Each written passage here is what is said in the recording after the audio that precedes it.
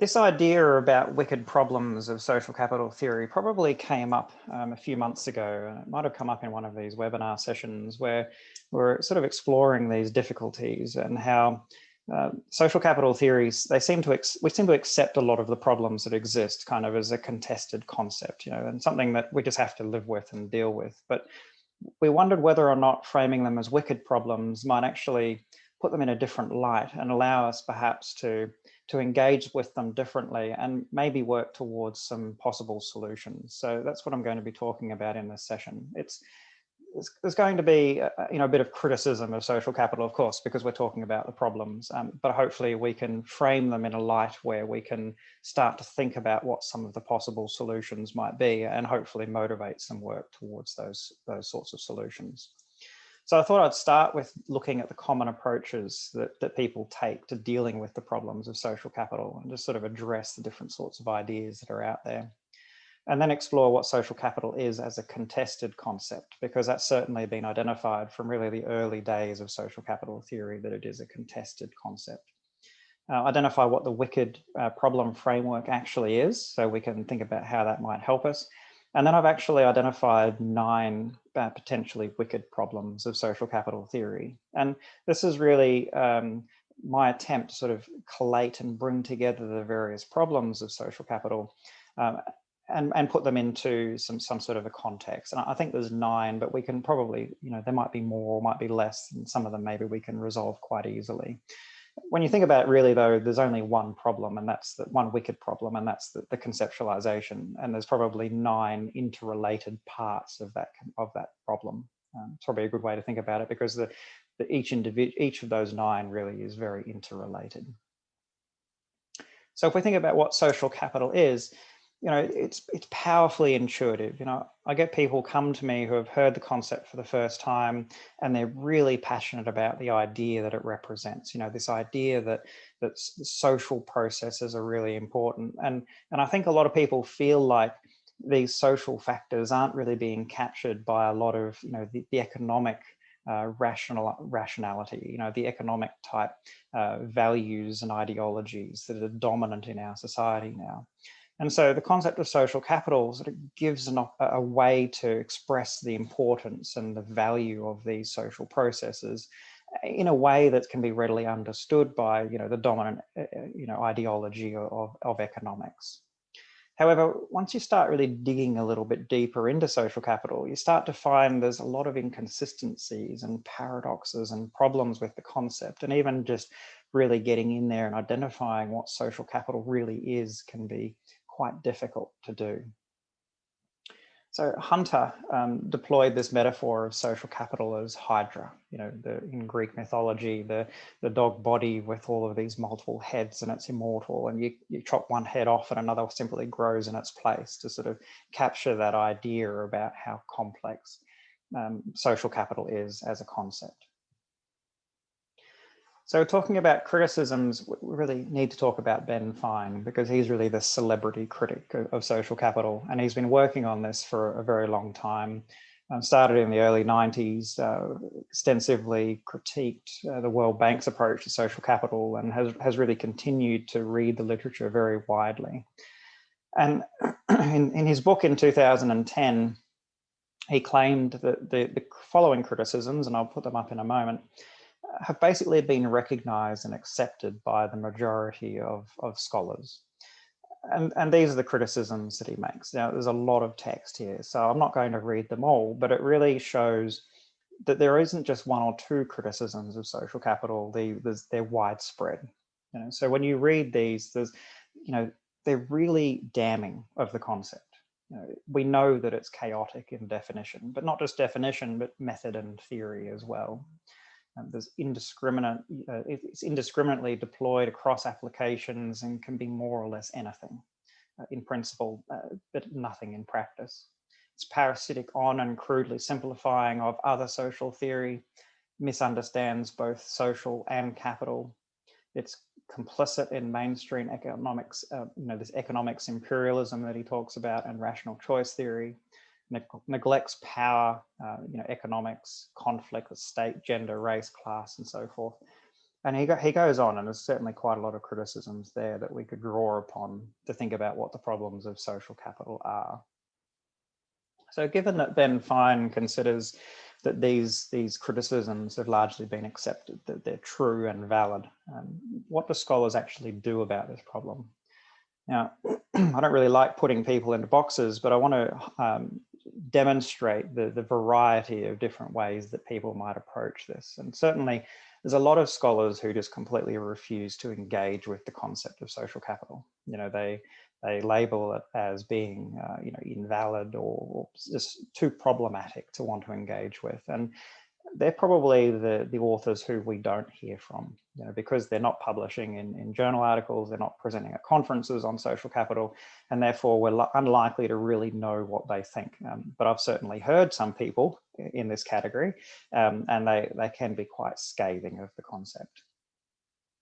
Then you have people who refuse to use the concept, but they do critique it. And some of these people are quite disturbed by what they see happening within their discipline, and they might want to sort of push back against social capital a little bit. And I think, you know, Ben Fine is somebody who fits very much into this category. He doesn't use the concept empirically.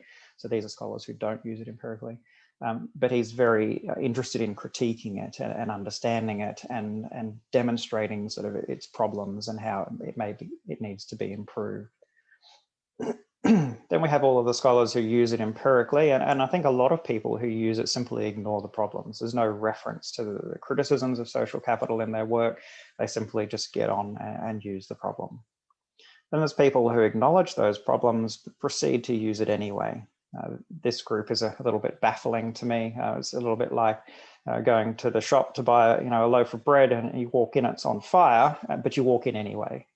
And they seem to just uncritically accept that there's problems and then proceed. And then you have those people who acknowledge the problems but attempt to mitigate it in some way. But this doesn't necessarily resolve the problems, and maybe it's one of the reasons for there's so much sort of, you know, the hydra, the complexity with social capital. So this first group really allow it to happen uncritically, and I'm not being critical of them, because who really wants to wade into the water if there are so many problems with the concept, but they don't fight against it. And I guess that's probably a difficult decision for a lot of people in disciplines where they might not want to get into it. This group, they probably do contribute to the conceptual development because they critique it, identify the problems, and they help people to be able to resolve those problems. These two groups really just participate uncritically. Even if they acknowledge the problems, they're obviously not critical of those problems and just proceed. And this group may contribute to conceptual development, but really anyone who's using the concept might well be making it worse, you know, depending on how they're doing so, because they might simply be creating another head of that hydra creature. So there's probably various solutions, simple solutions at least. And one of those ones that's used quite commonly is simply to expand the concept. So to add something that's missing. So I've got a list of things that perhaps are missing from social capital or most approaches to social capital that people may choose to add back in to basically resolve or to respond to this criticism. There's things like power and conflict, you know, the state, gender, race, and there's probably a whole lot more things here that are generally overlooked. And certainly Ben Fine talks about this quite a bit. He talks about how scholars tend to just simply add another variable or three. But as we know, this tends to complicate things and maybe causes more problems than it actually resolves. So this quote from Paul Haynes, and if you're not familiar with Paul Haynes' work, he's got a couple of really good publications on social capital that critiques it. And I think he has, you know, 8 sort of core criticisms of social capital that are quite useful to understand. So this quote: combining a series of fragments from different conceptual perspectives is itself unlikely to produce consistent theoretical approach. But the actual theory building part of social capital literature is minimal, with more of a circus tent quality. And again, this is another metaphor, you know, another analogy that sort of comes in with social capital: the hydra, the circus tent, the bonding, the bridging. There's all of these kinds of, you know, metaphors and analogies and paradoxes that tend to be deployed when we're talking about social capital. So certainly expanding the concept is one simple way to deal with these criticisms. Another way is to simplify and reduce. So to reduce to a constituent part. but that generally fails to solve the conceptual problems. And I think really, this often involves a more explicit move towards methodological individualism and rational choice theory. But when you think about what social capital actually is, I was talking about how it's understood intuitively and how most people really identify it as a way to bring social processes back in, to focus attention on social processes. So this move towards, economic fundamentalism or economic imperialism isn't going to do that very well. And so I think embracing these more economic ideologies and methodologies gives the concept limited value. And I think for a lot of people, they would ultimately find the concept to be, unfit for purpose if they were to do this. And I think that is what a lot of people find. So social capital has been identified as a, essentially contested concept. And Michael Woolcock talked about this in his 2010 publication. So this really implies that there's many disputes and conflicts and contradictions, and that these may never be resolved because it's essentially contested and always will be. And certainly it's true that it may not be possible to resolve some of the ontological foundations, particularly those that try to reconcile between, economic ontologies and social theory ontologies. However, I'd argue that ignoring these issues causes many problems within the concept. So really asking that question, should we accept social capital as essentially contested? And I guess to answer that question, when you think about whether or not we in fact need to resolve the contest, do we resolve this contest? Can we live with the contested nature of social capital theory? And can we still do, good science in the process? And certainly in Kuhnian theory, the pre-paradigm phase often involves diverse approaches and contests that help to develop the rules of how research should be conducted. And so we'd probably expect this kind of process to occur where there are different approaches and there are contests within the concept. However, these rules tend to become clearly defined by the time it gets to the normal science phase, within Kuhnian theory about the way in which science evolves. And I think there's a lot of evidence to suggest that where social capital is not yet there, and we're still in that pre-paradigm phase. And in fact, the problem is that we're not really engaging with these problems and these contests. A lot of people are either not acknowledging the problems or acknowledging the problems and then just moving on regardless. And so it's difficult to see how science can progress to the normal science phase where, good quality empirical work can be done, unless we do actually try to reconcile some of these problems. So I think there's quite a strong case for the need to not just simply accept it as a contested concept, but actually move towards a resolution. And that's where I think perhaps, thinking about these issues as wicked problems might be quite helpful. So I don't think it does much to motivate resolutions of the problems, and perhaps wicked problems will. So the wicked problems framework dates back to 1973, where Rittel and Weber introduced this term. And they did so to draw attention to the complexities and challenges of addressing certain problems, particularly social problems. And wicked problems aren't just tough or persistent, they're wicked. They're more than just difficult problems to resolve. So it's not a degree of difficulty. So wicked issues are different, and because traditional processes can't resolve them. And I think that's what we're seeing with social capital, is that traditionally we would simply investigate a phenomenon empirically, and we would gather the appropriate and relevant data about it and make observations and conclusions, and we would be able to resolve these kinds of issues. But after 30 years of empirical analysis and investigation, and we can probably conclude that further empirical investigation may not resolve the problems of social capital. I'm very aware that the conceptual and methodological problems of social capital don't fit with a normal sort of concept of wicked problems. Wicked problems are things like climate change, domestic violence. These are social problems that are difficult to fix. But I still think there might be some value in considering them as such. And the main reason is because it helps us to think about them differently, acknowledge their complexity and not render them as unresolvable. All right, so I've got as I mentioned, 9 wicked problems, or potentially wicked problems of social capital theory, conceptual and methodological problems. So I'll run through them fairly quickly, and then I'll talk about each one of them in a little bit of detail. Now, I think, I've been working on social capital now for around about 20 years, and I still throw my hands in the air maybe, once a month in complete exasperation at the problems with the concept, the general difficulties of navigating the problems. So, we'll work through these, and they're certainly sort of quite negative. So I think the first one is, really identifying what it is, and particularly separating what it is from what it does. And I think this can be really quite difficult because, is it the networks or is it something else? And not only because of so many different approaches, because it's actually difficult to try and narrow in on exactly what this thing is that we're talking about when we're talking about social capital. So this issue about whether it's linked to action, only linked to action, or is it, or is there non-action sort of, outcomes or interactions with social capital? The big one really, the nature of reality and rationality, these ontological foundations that really are sort of absent or often not particularly talked about with social capital. It's tangible, it's intangible, and potentially also its transcendental nature of social capital is a challenge because we try to, empirically, we want to be able to observe these things, but a lot of it sort of isn't tangible, and that can be a real challenge. The positivity paradox, it's a positive term, but it can have negative outcomes as well. So this is quite a challenge.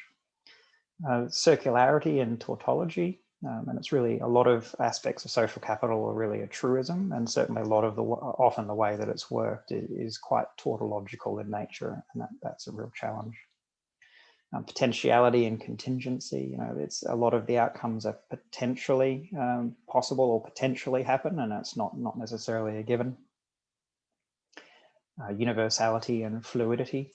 The way that it's almost universally applied or universalizes a lot of social categories. Talk about that one. And it's explanatory power. And I think in many cases, it's actually the lack of explanatory power that's the biggest problem. So let's work our way through each of these and explore what they mean. So all the way back in 1998, Michael Woolcock talked about whether or not social capital is the infrastructure or the content of social relations, the medium, as it were, or the message, or in fact, is it both? So while it's intuitively easy to understand, it can be really difficult to define. And asking that simple question of what social capital is, can be really difficult to answer. And I certainly get asked that a lot, and I hear people, fumbling with that sort of a really simple question. And certainly there are a variety of approaches. Some approaches focus on the benefits, the resources or the outcomes of social capital, whereas other approaches focus on the infrastructure, the networks or the institutions that, provide the opportunity for interaction. And then other approaches focus on the beliefs, the values, the dispositions, such as norms and trust. And of course, any combination of any of these three, and possibly a whole lot more as well, the multiple heads of Hydra, as it were. So I think Ben Fine captures this quite well when he talks about the boundaries between its parts become blurred, with social capital reaching out to incorporate both its determinants and its consequences as part of itself. And I think, we often see this in different approaches to social capital where, some of the outcomes will be incorporated as if it is social capital, or some of the determinants or, sources of social capital will be used in that way. It can be really difficult to identify, well, what's the actual thing that we're talking about, and how do we separate that from both its sources and its consequences. I think we need to acknowledge the really dynamic nature of social capital, reflecting the dynamic nature of society and human experiences. And certainly untangling the causes, the effects, the correlations, the conjunctions of social processes is a really difficult task that involves really complex interdependencies. And I think there's some fundamental problems. And Fox and Gershom here talk about how conflating norms and networks under the same conceptual umbrella makes it really difficult to understand causal flows. And do trust generate relationships, or does relationships generate trust? And when they're both in the same concept, sort of it takes away the possibility of understanding these types of interdependencies. And another really simple example is norms. Norms influence action, but this action influences norms. And so, it's constantly dynamic. Anything that really happens in social capital almost influences itself. And so it can be really difficult to identify what the social capital really is when it is so dynamic. And I think overall, generally, the approaches that try to make social capital more tangible are the ones that tend to complicate and confuse what it is from what it does. I think some of the approaches that are quite embrace the complexity, embrace the dynamic nature of social capital might be getting a little bit more to what social capital really is. So this one's an interesting one because social capital is generally considered to be linked to action. So the way in which it's typically defined is, types of action. Action is the outcome, results in collaboration or cooperation or collective action, those types of things. But is action the outcome, or is it the actual substance of what it is that we're talking about? These are some difficult questions to answer. So there's other things too, like are norms only social capital if they relate to or result in action that is beneficial? Are we talking about all norms in relation to absolutely everything, or are we only talking about those that result in action? Is it not social capital if it doesn't lead to action? That's sort of a complex question. Are actions the only outcome of social capital? I think this draws attention to those non-action benefits of sociability, such as psychological benefits, inclusion, belonging, and social support, and so forth.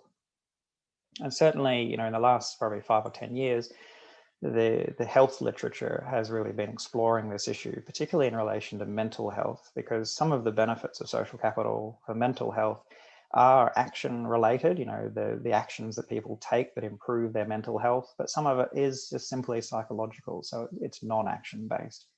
So those conceptual approaches that really identify social capital as being linked to action don't seem to be quite so applicable in these sorts of contexts. And I think there's a lot of grey area there about whether it is linked to action or it isn't, and how these psychological benefits fit into the equation.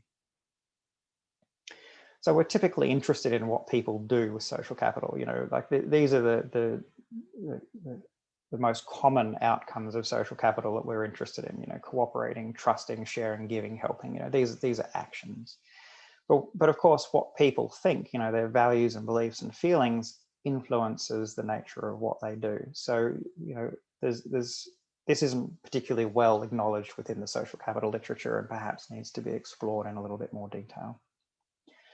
I think perhaps one of the ways to do that is actually think about, the ontological foundations that are often not particularly well established. And so this is, these interrelationships between these different problems that potentially, one could help to resolve others.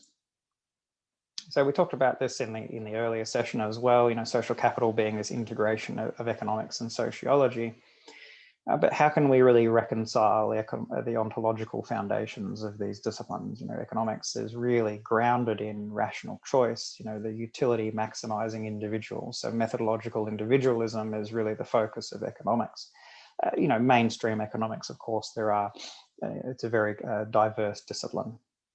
Within sociology, we're talking about socially situated reality, so where reality is socially constructed. And there's certainly a lot of different approaches within social theory and sociology to that, but really it's universally accepted as reality being socially constructed. But how do we reconcile these two very different foundations? So I think it's really important to think about that theoretical foundation of individual, of experience and of motivation. So again, more, metaphors, analogies, and so forth within social capital theory. Within economics, we have Homo economicus, this concept of humans as being individualistic and self-interested, and within social theory, Homo sociologicus. So somewhere in between, therefore, we have the Homo socio-capitis. And I think Ben Fine captures this idea quite well in this quote, where he talks about the social capitalist is nowhere near as reduced as Homo economicus, of the dismal science, but it is striking how shallow and incoherent Homo socio-capitalist is. And I think this gets to this idea that this isn't really explored very much in the literature. it's not detailed, it's not identified, and it seems to be maybe a thorny issue or a difficult issue. And it seems like a lot of people just don't want to engage with this at all. I think this has been identified really from the earliest days. Michael Woolcock, 1998, talked about social capital can be rational, pre-rational, and even non-rational, and therefore, what is it not? And really identifying that complexity. And when you think about Bourdieu's rich sociological foundations, I think this is the reason why so many people find his approach to social capital so appealing. So, as you probably know, Bourdieu's approach is very strongly socially situated. It's based on his concept of habitus, which is the way that individuals perceive the social world around them and react to it. So it has a very strong, action theoretical foundation. But unfortunately, as Ben Fine has also noted, those that appeal to Bourdieu explicitly often do so only partially and with distortion. And I think in most cases, the thing that they distort or do partially is they actually completely drop and ignore habitus and his ontological foundations. And I think really this is the biggest problem, the nature of reality and rationality, the ontological foundations. I think this is the biggest problem with social capital theory. And I think resolving this issue would really help to resolve many other issues that we're talking about. So the next one is the tangible, intangible, and potentially also transcendental nature of social capital. And this really relates to the question of what social capital actually is, because some approaches to social capital, are entirely tangible. If you're interested specifically and purely in networks, then you'd say that's really quite tangible. There's not much that's intangible about that. But of course, if you're interested in, norms and networks and really the quality of these networks, of social relationships, then that's quite intangible.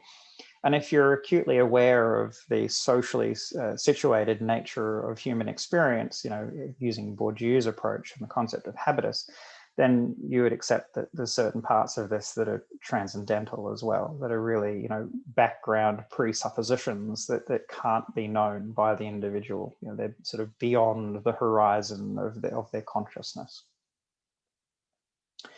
So many approaches acknowledge the intangible nature of social capital. I think it's pretty widely accepted that social capital is intangible, or certainly has considerable intangible properties. But they acknowledge it, but then they treat it as tangible and invent these tangible proxies for its intangible nature. And I think this leads to a lot of problems. And certainly Gannon and Roberts talked about this fundamental mismatch between its theory and the vast majority of empirical work that has been explored using proxies for social capital. And this is a real challenge, I think. And when you think about where social capital fits, not really being within any one discipline in this interdisciplinary space, it seems almost to have created a bit of a Wild West kind of approach where research practice is whatever anyone chooses for it to be. And it must be very difficult, especially now, for a peer reviewer working for journals to be able to identify what is appropriate and quality social capital research that's sufficiently academic to be published and what's not. There's this quite enormous body of precedent that exists within the literature that really is, and I think, where anything goes, where you can kind of get away with doing whatever you like within this space. And I think that's a real challenge moving forward, how we resolve that. We're moving through these. The next one is the positivity paradox. I think it's also been acknowledged from really quite the early days. Alejandro Portes in 1998 talked about how sociability cuts both ways. It can also lead to public bads, not just public goods. But the term social capital implies this positive character, by inclusion of the word capital, and certainly a lot of authors specifically define social capital as positive, the benefits of something or other. And so this creates, a real difficulty, I think, when we're using and talking about the term social capital. A bit of a paradox, I guess. So Putnam talked about the mutual benefits. Lynn talked about the expected returns, and various other authors describe resources, again, sort of denoting that positive kind of outlook. But so same aspects of social capital can have positive or negative depending on a range of factors, and in some cases both positive and some negative outcomes at the same time. So, you know, this is a real paradox, and it becomes quite difficult to deal with. And again, Ben Fine has picked up on this idea and talks about how social capital borders on the utopian in its vision of individuals, communities, and politics. And I think it's a challenge because when we're deploying the term social capital, you know, we're implying positive outcomes. So when there are negative outcomes, it creates this real sort of, you know, discontinuity. It's confusing to people, and it's confusing to me, and it's difficult for me, and it sort of almost represses the thoughts of the negative outcomes or the potentially, you know, deleterious effects of social capital, just the very nature of this, the positivity of the concept. So this one might be here to stay. I think it's, you know, most other forms of capital only really have positive outcomes, whereas social capital is a little bit unique in the fact that it has negative outcomes as well. So the next one is circularity and tautology. So a tautology is a statement that's true by necessity, you know, or by its logical form.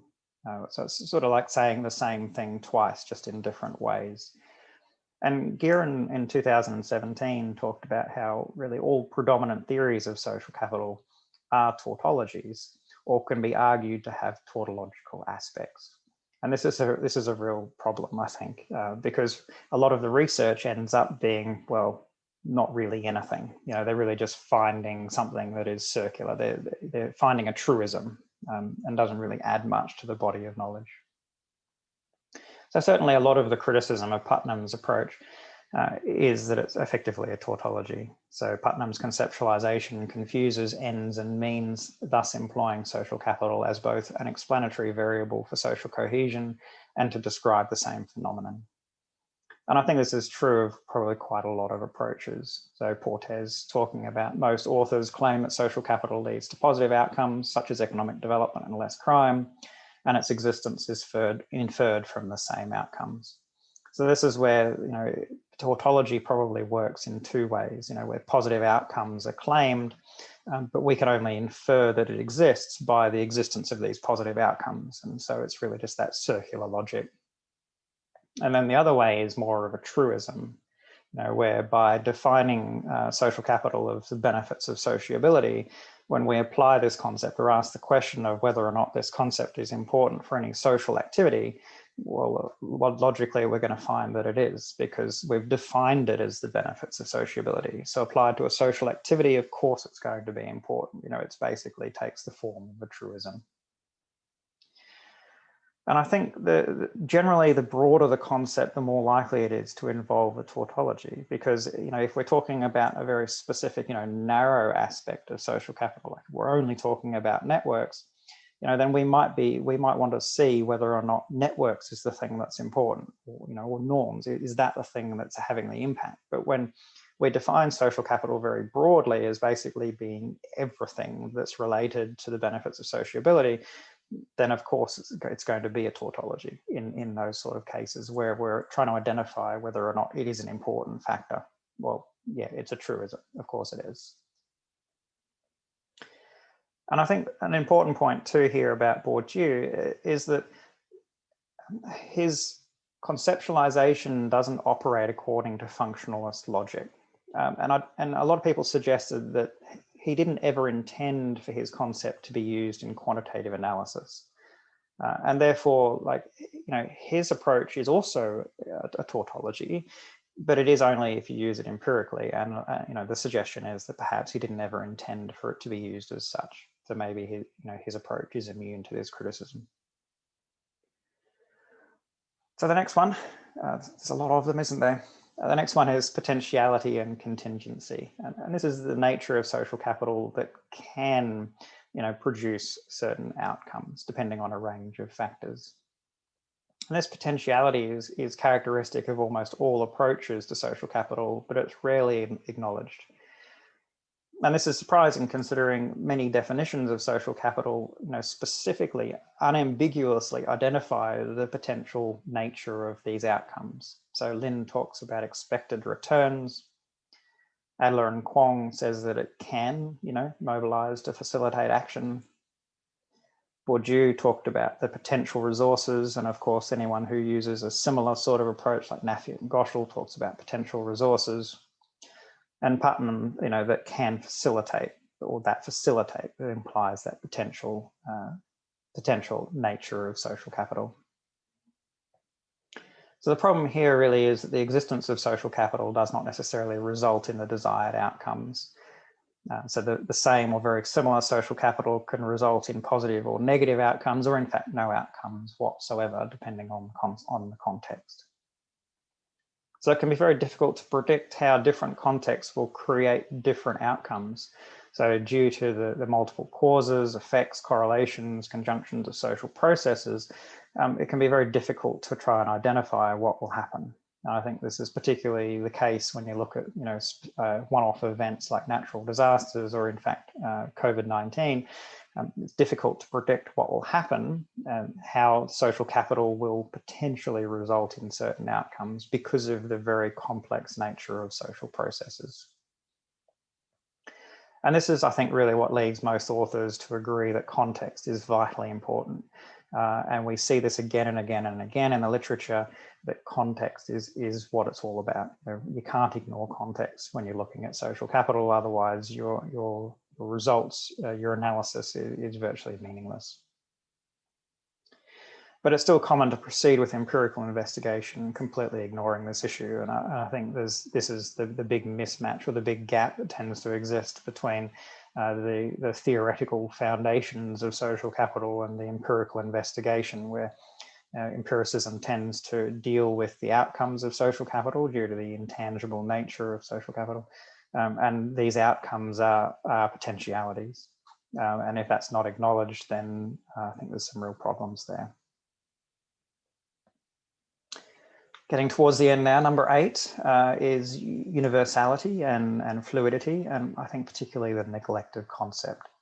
So this quote here, stripped of power relations and imbrued with the assumption that social networks are win-win and that individual gains and interests and profits are synonymous with group gains, interests and profits. And it tends to be this universalizing approach to social capital across these universalizing categories. So some examples that we commonly see, we talk a lot about networks, but a lot of approaches completely ignore power and race and gender and ethnicity and so forth. And within a lot of these kind of network analysis, every node in the network is universalized. It ignores power and race and gender and ethnicity and all these kind of normal factors that we would analyze in sociology and social theory. Same thing with norms, but ignore concept of inclusion and exclusion and discrimination and so forth that are so common. And norms almost taken as a given. There's a norm in a particular location and there is only one, and it applies to everybody equally and in the same kind of way, and it basically universalizes that complexity. I think the biggest one here is the bonding and bridging distinction, because what this effectively does is it reduces the complexity of social processes by universalizing them across the common divisions of social theory. So what we're talking about here is the weak ties, they're bridging social capital. So they provide the ability to get ahead, but this completely ignores, all of these sort of social categories that we're talking about. It's sort of assumed that weak ties bridging social capital will work effectively the same way for everybody. But of course, depending on your gender, for example, or your ethnicity or any number of other categories, it might work quite differently. You may not have access and the benefits that flow from this in the same kind of way. I think, Putnam particularly has been heavily criticized for this kind of approach. This one solution approach where what every community and society needs is less bonding social capital and more bridging social capital, is one of those extremely universalizing kinds of conclusions that ignores all of the complexity of the social environment. And really, it just makes it far too easy to bypass and disregard all of the underlying political, economic, and social systems that shape and reproduce inequality. I think this is the biggest problem with this kind of an approach. A bit more about this, again, the circus tent analogy. Social capital has taken on this circus tent analogy where all things positive and social can be piled in underneath. And it tends to leave unanswered questions and opens the door for criticism dealing with this one-size-fits-all nature of the theory. So that this is, Alejandro Portes again, 1998. So these kinds of issues have existed within social capital for a very long time. Viewing civil society as having unified values and beliefs is naive and all but nullifies issues of inequality, power, and discrimination. These are the sorts of criticisms that spur on people to bring back in, issues of power or gender or ethnicity, those sorts of things that basically creates the Hydra's heads and the complexity of the concept.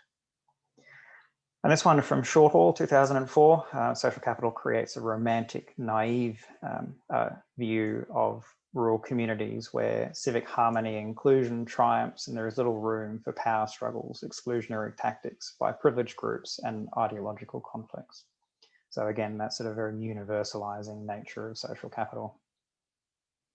And of course, the fluidity as well, that social capital is sufficiently fluid conceptually that it can take on any mantle, it can be applied to any context. And this is, combined with its universality or universalizing qualities, can really reduce the power of its explanation. And one final quote, there's a bit in this one to capture this idea. Social capital is an attempt to have relations of trust, reciprocity, tolerance, and mutual obligation without having to bother too much about the deeper cultural mooring points to which those relations are tied. Social capital is thus an expression of cultural contradiction, an attempt to realize a particular social ethic, but in a form that comprehensively undermines the deeper cultural grounds within which that ethic takes root. So that was Scanlon in 2004. So I think that really, rams home this point about the universalizing nature of a lot of approaches to social capital. So the final one is explanatory power, or lack thereof. So the social capital prism filters out more light than it lets through in drawing simplistically upon basic categories of social analysis stripped of the rich traditions and contested meanings. So in reducing the complexity of the social world to a single concept, it sort of reduces a lot of loses a lot of explanatory power. So as an umbrella concept, it tends to bring in and thereby diminishes the various sociological phenomenon, because by trying to include everything, it's really not possible to give consideration of anything. That's obviously an exaggeration, but it's hard to really give a detailed treatment of any one concept such as trust when you also need to deal with so many other concepts all at the same time.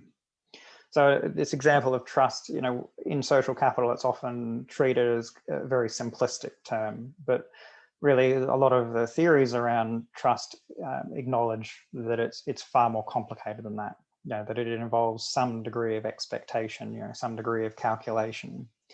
But there's also an interpretation aspect to trust, where you need to interpret the norms and what's going on around you in the social setting and the social situation, and interpret all of those meanings. And in fact, there's a suspension aspect to trust as well, almost a leap of faith, where it's not enough to simply calculate, the odds and to interpret what's going on around you. To trust actually requires you to make that leap of faith. And so there's a lot of complexity in the concept of trust and theories of trust, but in social capital it tends to be reduced and simplified because there's so many other factors and concepts and ideas that need to be taken into account as well. And particularly in quantitative work, that would mean very, very long surveys. So overall, the term serves to obfuscate meaning because social capital is ill-defined, and other terms often would be more appropriate. And I think we see this in the literature quite a bit. If someone's talking about livelihoods, then they might say that social capital is a vital resource for people living in poor communities. But what does this actually say? What does using the term actually communicate? Because really that's just a truism. Of course, social capital, the benefits of sociability, is a vital resource for people living in poor communities. They're not really saying very much. and other terms or other explanations may be far more powerful in communicating the intended meaning. And so sometimes when social capital is used in that way, it actually reduces meaning and communication. I want to explore this a little bit more. I think this is a really interesting quote, again, from Paul Haynes. I mentioned his work earlier. By treating the concept as though it was a coherent whole and separated from the themes through which its meaning is derived, researchers will fail to explain how the specific mechanisms of trust, community, reciprocity, interpersonal relationships in networks impact on the features they are investigating. And this is this idea that social capital is really a middle range theory. So it has the advantages of putting aside the deeper understandings, but the corresponding disadvantages of its results being entirely subject to qualification of what has been omitted. And I think without a theory of human experience, those ontological foundations, it's very difficult for social capital to explain why. All we can really do is identify correlations, and the mechanisms involved end up becoming a bit of a black box. We don't really know what they are, and we don't really have a way to understand what they are. And these correlation results simply mean that there is this black box factor. We can't distinguish it from alternative explanations because there is no underlying theory to inform the development of plausible hypotheses. So that's Herman and Palath, 2010, talking about that. And I've been talking for a very long time, I'm aware, but I want to give one quick example of this lack of explanatory power. So consider the literature on homogeneity and social capital. So a lot of the empirical investigation identifies that there's a correlation that finds that homogeneous communities have greater levels of social capital. And there's evidence here being cited by Letke that talks about how high levels of racial and cultural diversity have lower levels of interpersonal trust and formal and informal networks. So this is this correlational result. Basically, homogeneity is good and heterogeneity is bad. But there's no real way to identify why this is the case with social capital theory. And in fact, when the other research that's been done on homogeneity, not using social capital as the conceptual instrument, points to things like social inequalities and social deprivation as being really important factors, but these don't really have a place in most approaches to social capital. They're largely ignored by social capital theory. And so it's difficult, social capital can identify this correlation, but it isn't capable of the sort of more nuanced analysis of why this might be happening.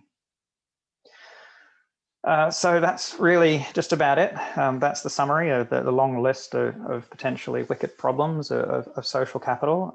I did want to explore just a couple of questions, ways forward before I finish.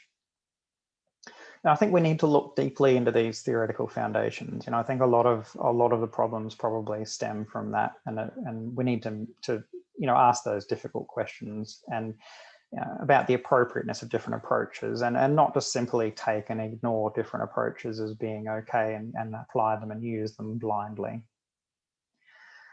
We can't continue to ignore the complexity and the interdisciplinary nature of social capital as an excuse for poor scholarship.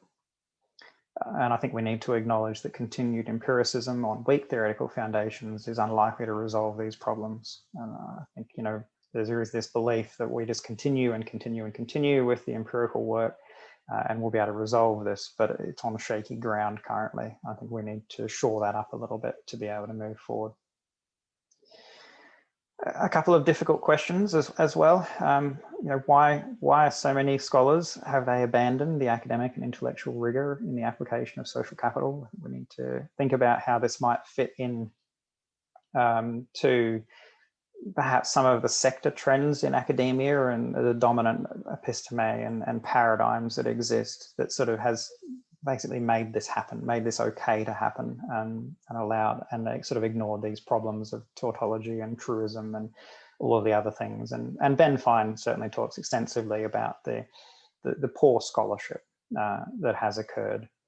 And how do we actually resolve these sorts of problems? It's out there in the literature, the precedent's been set. People could justify and use this as a reason to continue to do that kind of work. But hopefully we can turn this around. So that's about it. Let's have some questions and discussion, because these are all really ideas. These ideas exist in the literature. I've just tried to compile them into a list and get some ideas, some discussion and feedback about them. Hey, Tristan. I have Yep. Go ahead, Rick. So on point 7, when we think about that, I think about the irrationality of human behavior. It almost lends itself to me that, we look at economics and we look at probability, and probability is fallible. Most ways we look at anything is fallible on some level. But the irrationality of human behavior, just when we think about probability around the pandemic happening, and how much that's been extended, and how that has been adapted due to the irrationality of human behavior in the United States, and how the issue has been prolonged versus in your country in New Zealand, how well it's been handled, and how probability would be kind of out the window at that point. So when we think about social capital and how we might measure it, the irrationality of human behavior has got to really play into that, and we have to, I guess, make room for it, if you will. And we can discuss that. But then in regards to 9, I just wanted to point out the effectiveness of socialism in Scandinavian countries versus how in the United States, socialism would have a hard time taking root, as the diversity levels are very different, and you don't get that cohesion that was referenced in point number 9. But yeah, those are just the two thoughts I had as we moved through. Yeah, absolutely, and I agree with what you're saying there about the potentiality. That isn't necessarily a problem if there was a statistical link, if there was a probability link between the two. But I think what you're saying there is that the sort of non-rational aspects of human experience mean that isn't necessarily really the case. Jacob, you want to hand up? Yeah. First, thanks. Every time I hear a presentation from you, my understanding of social capital is greatly deepened, and I understand more and more aspects. 2 open questions. First of all, how many of these difficulties do we have to overcome to make it a viable concept? Second thing, if we look at comparable concepts, how many problems do they have? I have in mind that it was a long time highly disputed if you can have a concept of capital at all, even technical capital, because it can have so many forms. And I think this was a Cambridge-Oxford dispute. I always wanted to go a bit deeper in it to see if there's some parallel to the social capital discussion. But I think just to calm ourselves after we've absolutely rightly thought about the base on which we stand, I'm 100% sure that most concepts in science have their flaws, and of course there are always questions you can ask. That's in the concept of asking why, and that you can't go the way into indefinity. And so it's good that we talk about this question, but I don't think we have to resolve all questions before we can work with the concept with good scholarship. But I'm not sure at which point we have enough, or we have a valid concept. I think you've made some good points, because it's good to have contest. So we don't need to eliminate all contest, and it's good to have different perspectives and opinions and ideas. But I think where social capital has the biggest problem is the lack of sort of standards about appropriate research quality. And there needs to be someone who actually can say, no, what you're doing is crap, and you need to do it differently. You need to actually pick up your research standards, pick up your intellectual standards. You need to actually do things differently, and I don't think that's happening enough within social capital. And so these problems, all of these 9 problems, they just seem to proliferate within the literature. So, I don't think the goal needs to be to solve all of these problems, but I think to simply, improve the quality of the research that's being done. And some of that is simply pointing out and calling to account, the tautology that exists in a lot of the work, and to hold people to a higher standard. In the chat, Jeanette just made a comment about, the peer-reviewed journals, and the reviewing process is kind of being a critical aspect of this. And I think that it is. I think this is kind of where it all comes to a head. That if the standards had been maintained over the last 30 years, then we wouldn't be in anywhere near the kind of situation we're in now. And that's not the fault of any one journal or any one reviewer. This is a snowball that's multiplied in its effects as the precedent has been set and been created. And personally, I've only reviewed a handful of articles for peer-reviewed journals, and unfortunately, I've not yet had a quality article submitted, and I've only declined, recommended rejection of articles. So I'm not sure that I've been able to, have much of an impact either in this process. But I think it's a difficult one. I think it probably requires us to come together as a community of scholars and to talk about, these sorts of standards and try to identify, what we consider to be good scholarship against not good scholarship. Not that the things have to be done in a certain way, because there can be contests, just simply that the quality of the scholarship is higher perhaps than it is.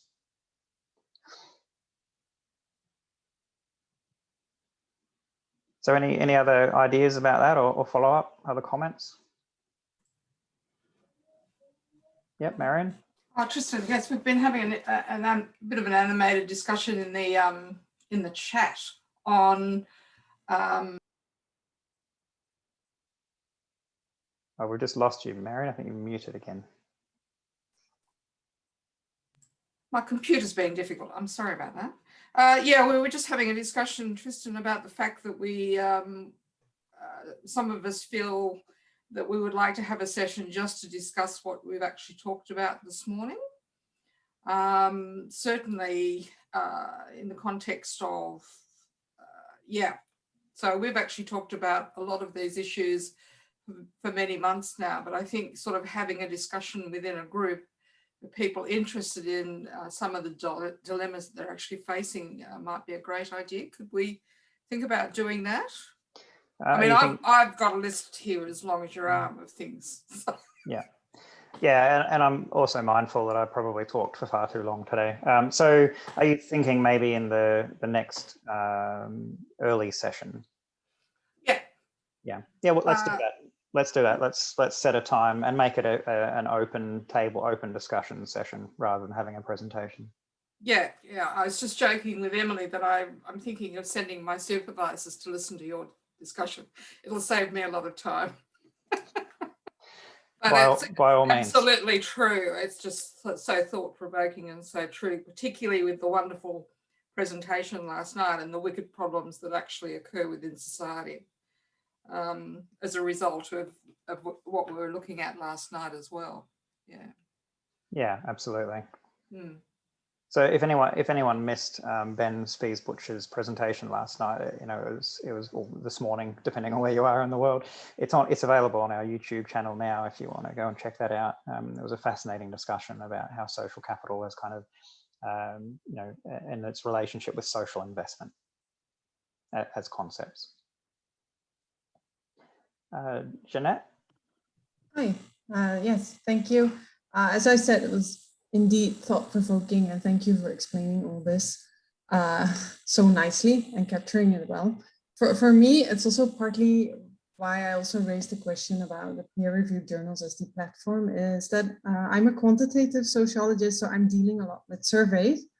And I think that's partly also one of the problems that we reside to keep using proxies, and otherwise you will have a survey that's too long and people will not fill it out or not properly. And I'm just really curious. I don't have an answer or solution or maybe a specific question, but I'm really curious how we should address this part in the empirical research with regards to social capital and how to keep it, not only finding a correlation, but also coming to the why? Yeah, I mean, I think it's a difficult challenge because social capital is such an umbrella concept, and it's so it includes so many different concepts and factors and variables in it that to really capture that complexity in quantitative analysis would require an incredibly long survey. But having said that, the context-specific nature of social capital means that in any one context, for any one particular interest, there are, a more limited number or a smaller number of factors that are actually important and relevant. And I think that by being really sensitive to that context and establishing what is relevant and important in that context, it can make that process manageable. But I think, unfortunately, what a lot of researchers do is they look for a tried and tested instrument that's been applied elsewhere. And as such, that tends to be something that's broader and covers off everything and then ends up sort of doing nothing well. So I think the answer really is being sensitive to context. And by having again, coming back to those ontological foundations, by having a strong action theoretical perspective that's explicit, we can therefore be more sensitive to that context. And I think we can therefore develop better instruments that are more relevant and can capture and some of that why explanation. Thanks. So anyone else want to chime in? Yeah, Susan? Yes, hello everyone. Nice to be here. So yes, I'm not a social scientist, and although I have done my own studies on and dug in to write much research in terms of leadership and complexity science and human behavior, and so one is coming back to the I mentioned about the research I was doing on negotiating. In fact, I'll post a interesting article that's from the worldscientific.com, and it's talking about negotiators for capitals, and it lists cognitive, emotional, relational, and cultural, and so it was kind of a big aha for me when the gentleman earlier was talking about social capital and how that might be confused with the socialist beliefs, and how people would be turned off by that. But so I'm wondering, in terms of the context of where there is wicked opportunity. So let me kind of shift from the wicked problems that I'm seeing, especially around what you're calling tautology, which is the assumptions that are being made about the science. Is that right? Yeah, I think exactly. It's basically saying the same thing twice. So sort of the tautology is really just talking about the same thing in different ways. Okay. Yes, and so in terms of social capital, I would imagine that because you've got social technology systems and social economic systems and of course social systems, has that actually kind of fragmented the field in and of itself? Possibly. I mean, I think most approaches to social capital try to bring everything in. Like it's a very encompassing kind of an approach. So that might be true for some approaches, but I think for a lot of others, they would probably be trying to incorporate absolutely everything into it. Okay, so that would mean that if you are, your audience was in the technical world, the technology field, then you're basically fighting against their biases around their knowledge around socio-technology systems. Would that be right? Yeah, I think so. I mean, there's certainly been some extensive work done in the technology space on social capital, and the approaches that are taken in that space are not different than what's the approaches taken elsewhere in the literature, as far as I can tell. So, you know, I think this concept has really gone into every area of the social sciences, and in every area, you know, the discipline's specific understandings, of course, are going to influence the way in which it's understood and it's applied. And so I think we do see that, but I don't see it as much as I would expect, honestly. You know, I think when it goes into health, it's kind of understood in much the same way as it's understood in computer science.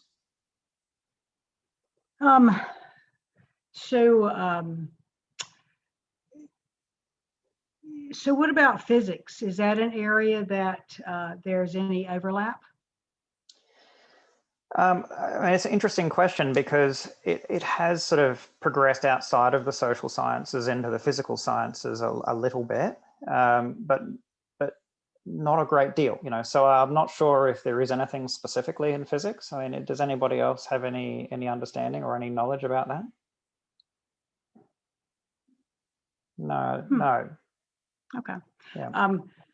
So I think you and I had gone around about actually abstract thinking. I'm still searching for specifically that. It's critical thinking and abstract thinking are kind of overlapped, and so how people think about social capital they would need to be thinking on different abstract levels, and so of course that would get bogged down in terms of when you get into the socio-political areas, of course, and so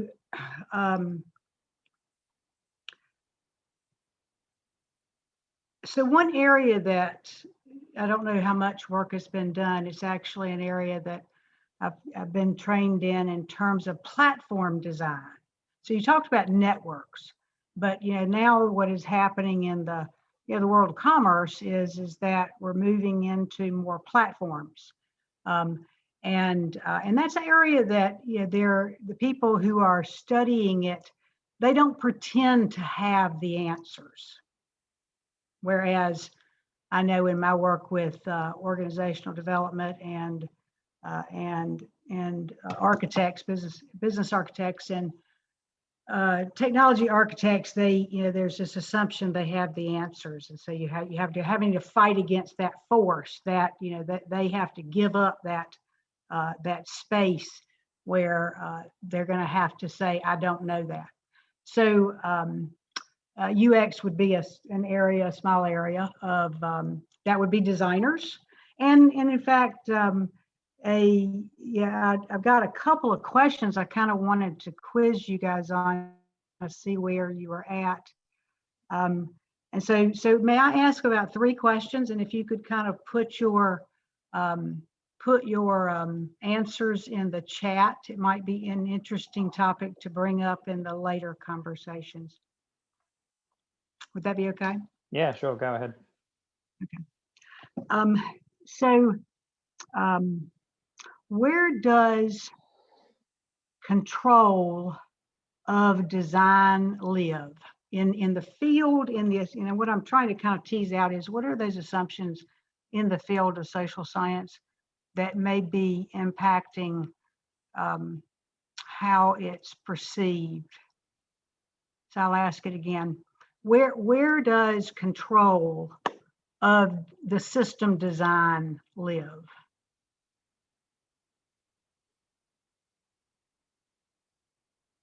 And just whatever comes to mind. Sorry, may I ask a brief follow-up question? What kind of control are you referring to?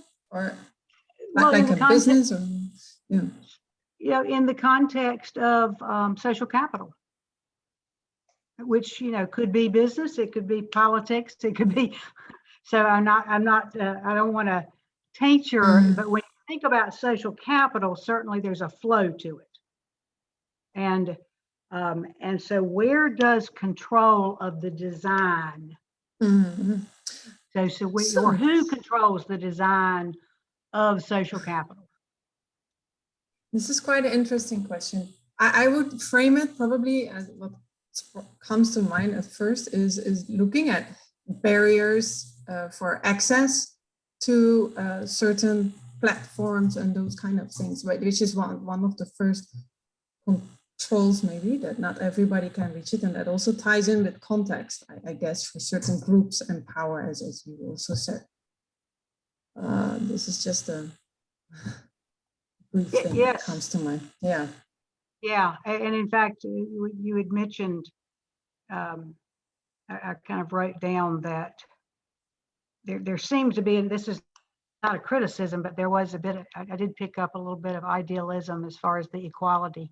And so in talking about, you know, how do we look at those things that are barriers to social capital and what that does to the existence of the system, and especially, you know, I'm doing some research in the future of work, and there's some interesting correlations that are happening in terms of, yeah, how do we, who's in control, and social capital is very much, you know, I mean, people depend on social capital. If you look at it from an economic point of view. So another question would be, where does social capital live? In whatever system you're working on, where does social capital live? I think that gets to, you know, point number one, you know, about what social capital actually is. Because the general acceptance is that it exists in social relationships, you know, so it exists between people. But there's only thin air between people. So of course it actually exists in the mind of the people involved. You know, it exists in mental constructs. And so, you know, this gets then to, you know, again, back to number three, you know, what is the nature of reality? That if we basically see social capital as being, you know, the mental constructs as they relate to other people, you know, our place in society, you know, that seems to be, I mean, it seems to be generally accepted in the literature, but not necessarily acknowledged widely, because it does then relate back to, you know, that sort of intangible nature of social capital. So where, and this will be my last question, so how does social capital relate to emergence? Emergence.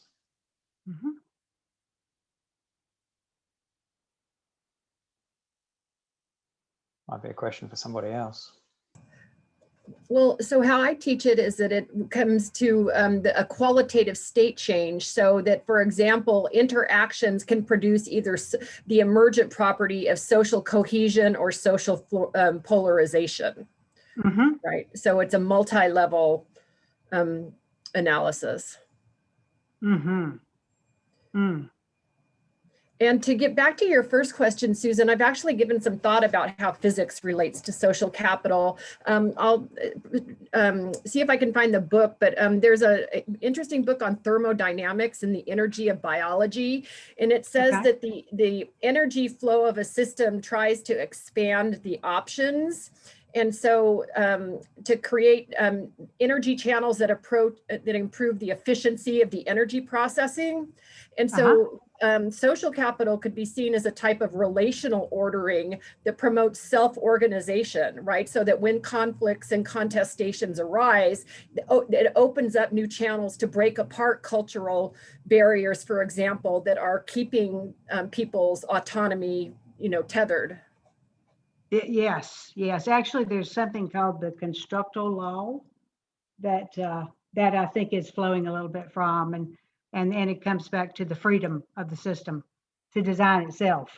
And so that's where I was going with that question earlier, is that, you know, if we're kind of looking at somebody else's designing, that's kind of may open up an area of research. I found right much on serendipity.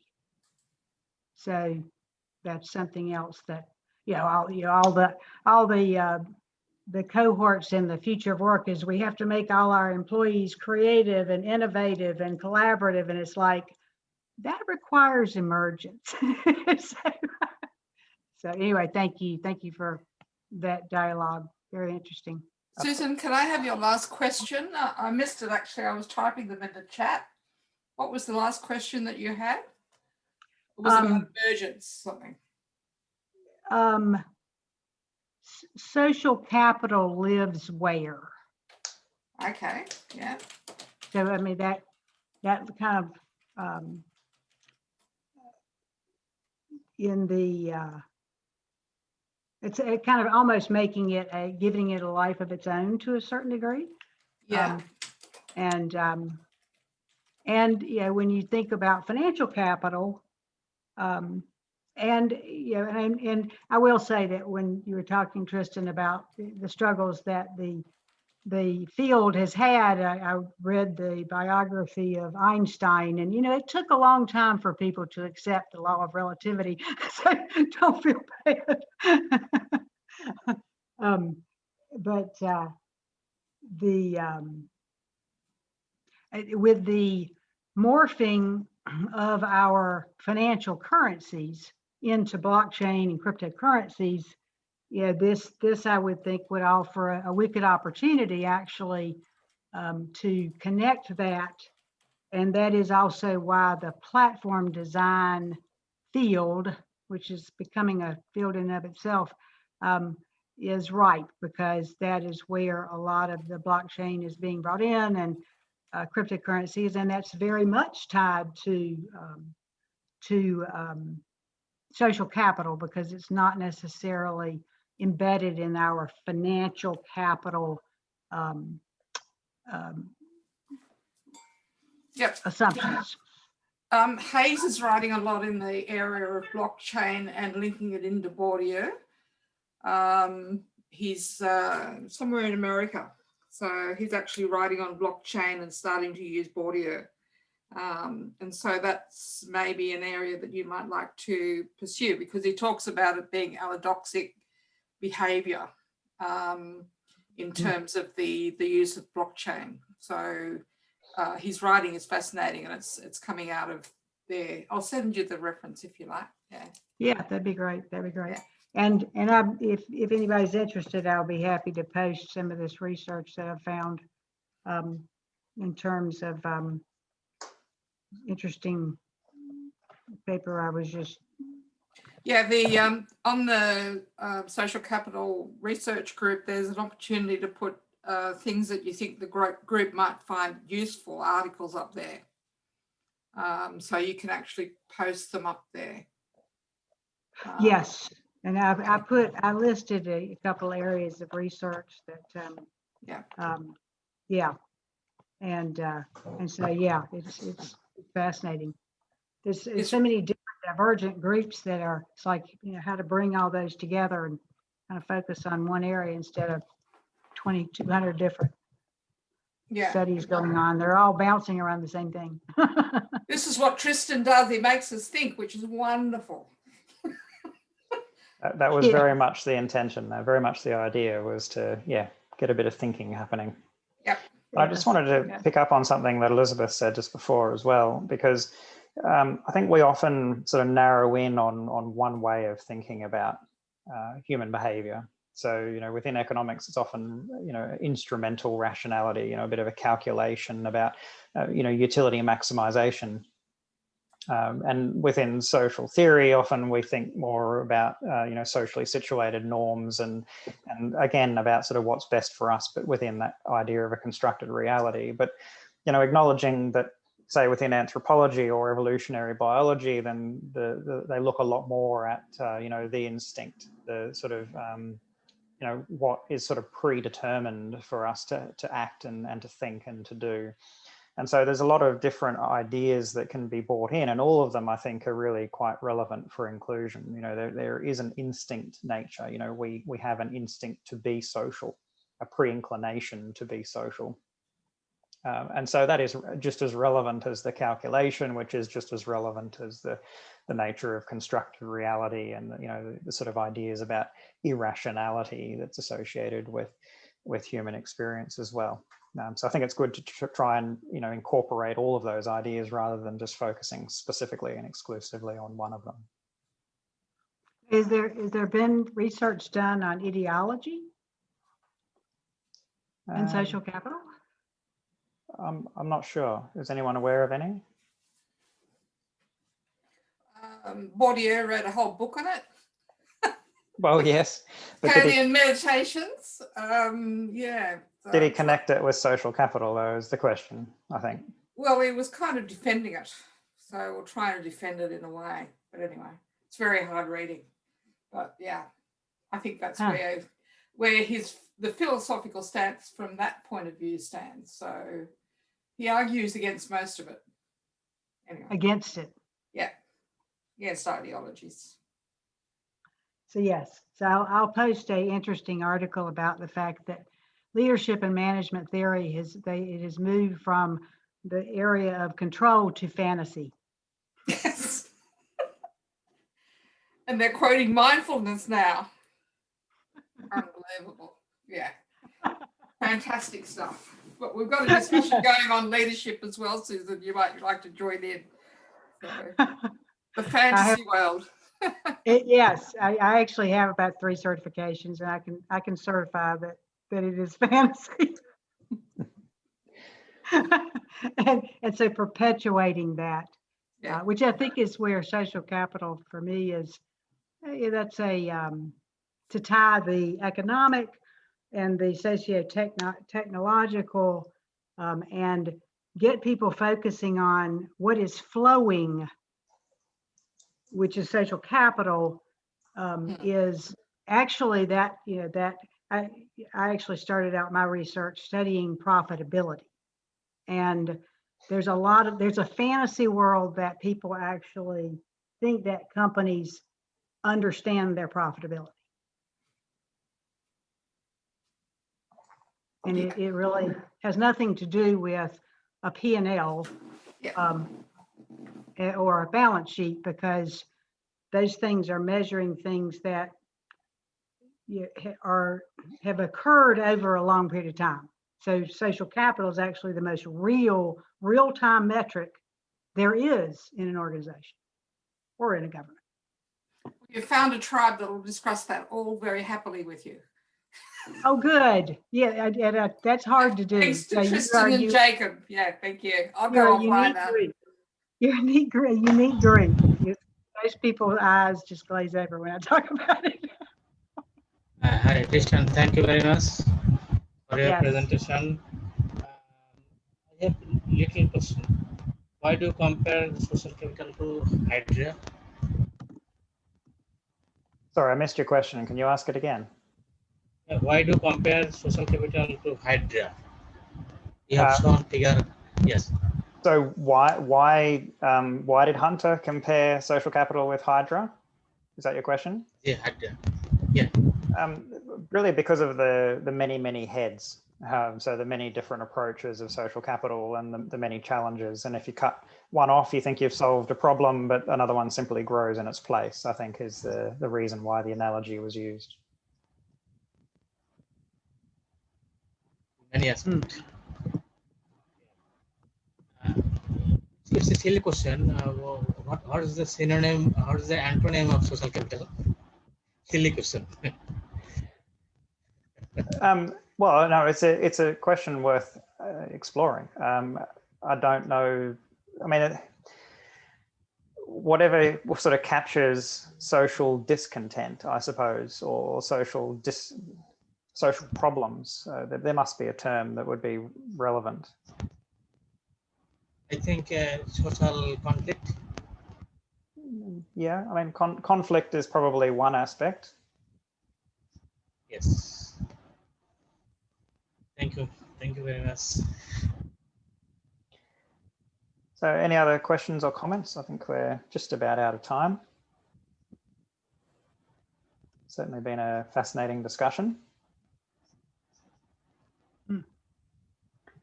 All right, I think we'll wrap it up there.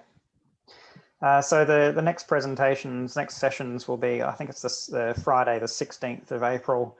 I think just from what we've been discussing with Marion just now, I think we'll probably have a open discussion in the first session at 6 a.m. UTC. In the second section, Will be presenting the results of his PhD, which he completed fairly recently. So I'll post some details about that session in the group and send out an email as well. So thanks everyone for being involved and taking part. I think there's some more work to be done in this space, and I look forward to having some more conversations about this. Yes. Bye, everyone. Have a great Easter, everybody. Yes. Okay, bye everyone.